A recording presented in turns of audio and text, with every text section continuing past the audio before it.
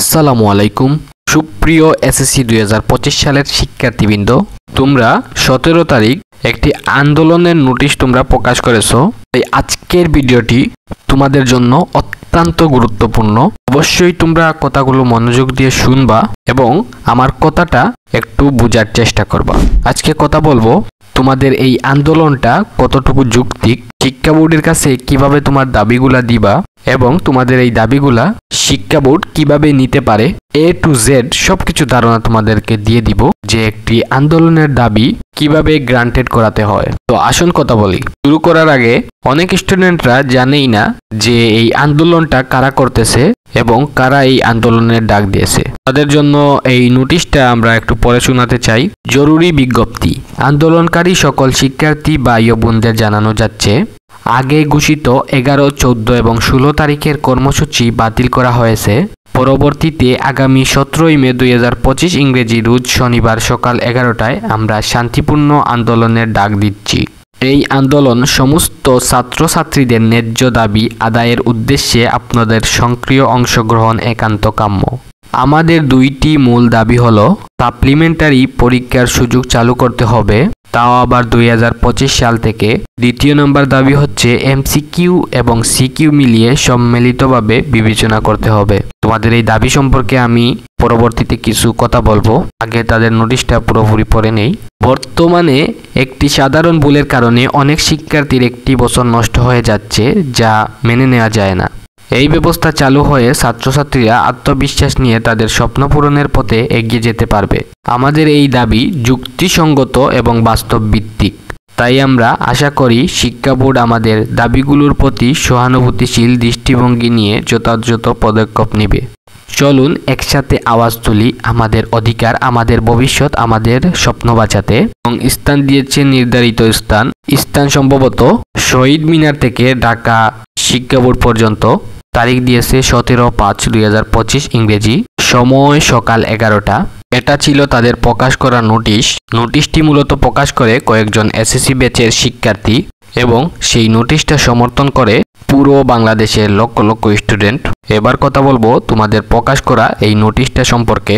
এখানে তোমাদের দাবি দেখতে পাচ্ছি যে সিকিউ এবং এমসিকিউ মিলিয়ে তোমাদেরকে পাস দিতে হবে।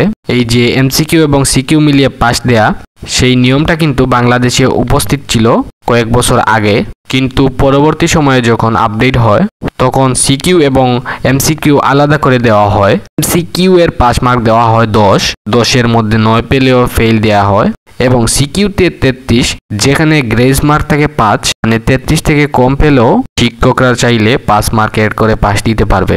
এবার বলি, এই দাবিটা যেহেতু অনেক আগে বাংলাদেশে ছিল, বিধায় তোমরা কয়েকশো স্টুডেন্ট মিলে শিক্ষা বোর্ডের সামনে এই আবদারটা করতে পারো। এর আগেও কিন্তু এসএসসি শিক্ষার্থীরা আন্দোলনের ডাক দিয়েছে, কিন্তু 2-3 জন সেই আন্দোলনে উপস্থিত হয়েছিল এবং সেই আন্দোলনটা বিফলে গিয়েছিল। তারপরে তোমাদের দ্বিতীয় যেই দাবিটা, যে তোমাদের সাপ্লিমেন্টারি পরীক্ষা ব্যবস্থা চালু করতে হবে। এখন আসি মূল কথায়। ধরো তোমরা 17 তারিখ আন্দোলনে গেলা, সাংবাদিক ভাইরা তোমাদেরকে জিজ্ঞেস করলো যে তোমাদের দাবি কি। একজন বলবে যে সিকিউ এমসিকিউ মিলিয়ে পাস দিতে হবে, আবার অন্যজন বলবে আমরা সাপ্লিমেন্টারি পরীক্ষা ব্যবস্থা চাই। এবার বলো শিক্ষা মন্ত্রণালয় কোনটি তোমাদেরকে দিবে? প্রথমত তোমাদের প্রয়োজন, তোমরা এটা জানতে হবে তোমরা কি নিয়ে আন্দোলন করতে যাচ্ছ, তোমাদের দাবিটা কয়টা, মানে তোমাদের দাবি কত দফা। যদি তোমাদের দাবি হয় 1, তাহলে তোমাদের আন্দোলনটা হবে 1 দফা দাবি নিয়ে। যদি হয় তোমাদের যুক্তিযুক্ত দাবি 2টা, তাহলে তোমাদের আন্দোলনের দফা হবে 2 দফা দাবি নিয়ে তোমরা আন্দোলনে গিয়েছো। আমি বলি যে তোমাদের প্রথম যেই দাবিটা, এটা অত্যন্ত কার্যকরী এবং যুক্তিসম্মত। এটা হয়তো আমার ধারণা যদি কয়েকশো স্টুডেন্ট মিলে এই প্রস্তাবটা দেয় যে আমরা সিকিউ এমসিকিউ মিলিয়ে পাস চাই, আমরা আপডেট চাই না, তাহলে হয়তো এই দাবিটা মেনে নেওয়া হতে পারে। এবার দেখো, যদি তোমাদের এই দাবিটা মেনে নেয়, তাহলে তো তোমাদের সাপ্লিমেন্টারি পরীক্ষার কোনো দরকার নাই।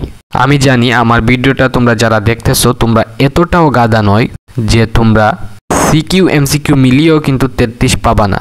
এরকম স্টুডেন্ট কিন্তু আমাদের বাংলাদেশে নেই বললেও চলে। তো তোমাদের কাজ হচ্ছে প্রথমত তোমাদের দাবি রাখা। আমি তোমাদেরকে সাজেস্ট করব, যেহেতু এবারের পরীক্ষা তুলনামূলক একটু কঠিন হয়েছে, তাহলে আপনারা সিকিউ এবং এমসিকিউ মিলিয়ে পাস, এ নিয়ে শিক্ষা মন্ত্রণালয়ের কাছে শান্তিপূর্ণভাবে লিখিত কোনো একটা চিঠি দিতে পারেন। তাহলে অবশ্যই শিক্ষা মন্ত্রণালয় আমার ধারণা যে তোমাদের দাবিটা মেনে নিবে। তাতে করে দেখো তোমাদের মধ্যে স্টুডেন্টরা ধরা খায় হচ্ছে গিয়ে এমসিকিউতে। যারাই ফেল করে তারা কিন্তু এমসিকিউতে ফেল করে, কারণ এমসিকিউ দেখে হচ্ছে একটি বুদ্ধিহীন চিন্তাহীন একটা কম্পিউটার, যার না আছে বিবেক না আছে আবেগ। তোমার যদি একটা মার্ক কম হয় তাহলে কিন্তু কম্পিউটার তোমাকে খাতির করে 1 মার্ক কিন্তু বাড়িয়ে দিবে না, বা তার কোনো আবেগ বিবেকও কাজ করবে না। সো তোমরা যদি এমসিকিউ এবং সিকিউ মিলিয়ে পাস এই দাবিটা তোমরা গ্রান্টেড করতে পারো, তাহলে আমাদের বাংলাদেশে শিক্ষা ফেইলের হার অনেকটা কমে আসবে।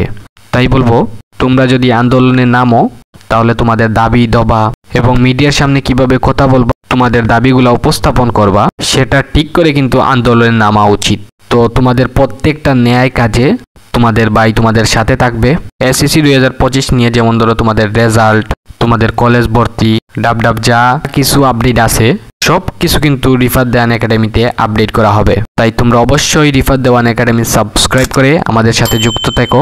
পরবর্তীতে যদি শিক্ষার্থীরা আন্দোলন নামে কি হলো না হলো সবকিছু আমাদের চ্যানেলে আপডেট করা হবে। আল্লাহ হাফিজ।